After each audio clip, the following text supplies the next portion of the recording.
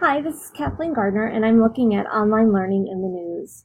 Post-secondary institutions in the United States have seen an increase of about 80% in online learning over the past decade. And according to projections of Education and Statistics in 2012, 7.1 million students in post-secondary institutions were enrolled in at least one online course, and that's an increase of about 344% from the 1.6 million in 2002. And this change is really due to the increasing number of adult learners who require a flexible learning environment to continue meeting the needs of their work and family obligations. And so in early January, the U.S. Education Department issued proposals that could extend federal student aid dollars to a wider variety of higher education providers, and a move that some say could spur innovation. Others worry that this move could do harm to online learners.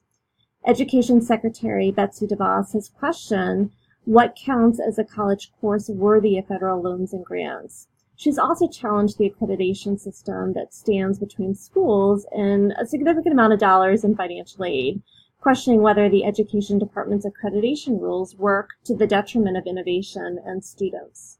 And so the question is, so what? Well, the proposals would grant accrediting agencies more leeway to approve programs that don't fit traditional models, and loosen the standards on instruction and the interaction between students and faculty. So this could bolster online and competency-based education, which is an increasing field that lets students learn at their own pace and move along as they master material.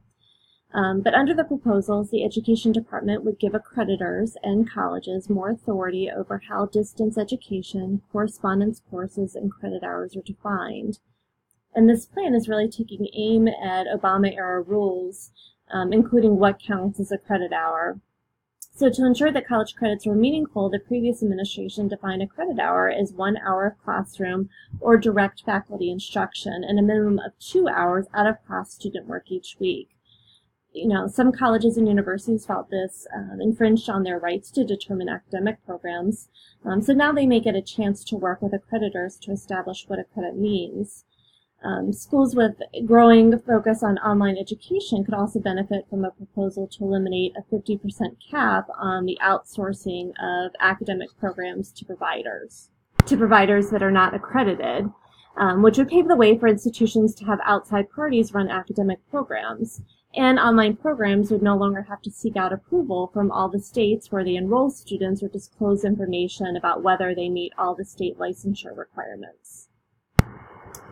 And so I went to Inside Higher Education to see how this proposal is being received in the higher education community. And there was an article in Inside Higher Ed that featured a report on online education, and it was done by 2 faculty members from George Mason University, and you can see them cited below on the screen. And they basically said that online education is the fastest growing segment of higher education, and its growth is overrepresented in the for-profit sector. And faculty and academic leaders and employers and the general public are still skeptical about the quality and value of online education, which they view as inferior to face-to-face education. The report also mentions that students in online education, particularly underprepared and disadvantaged students, underperform on average, experience poor outcomes. Online education has failed to improve affordability, frequently costs more than in-person alternatives, and does not produce a positive return on investment. Their report also discusses how regular and subsequent student-instructor interactivity is a key determinant of quality in online education, leading to improved student satisfaction and learning outcomes. But the report was not without criticism. So as we dig a little bit further, there are some experts in online education who basically said the report is way too broad. For example, the comparisons between online programs and on-campus ones fail to acknowledge the low graduation rates and default rates of many traditional programs that enroll similarly high percentages of low-income older students. So in thinking about the numbers of adult learners enrolled in online education, thinking about solutions, and looking through the report and some of the criticisms of the report in Inside Higher Education, we need to look at focusing on increasing faculty-student interaction in online programs to strengthen the outcomes, because we know that faculty-student interaction is instrumental in student success. We need to increase research on online education as more and more colleges and universities are ramping up their online offerings. We need to be doing research to see what the impact is on adult learners. And I still think that as you look overall on the literature, adult learners are still understudied within the field of higher education. And I still think that there is a need to regulate online programs from nonprofits and profits.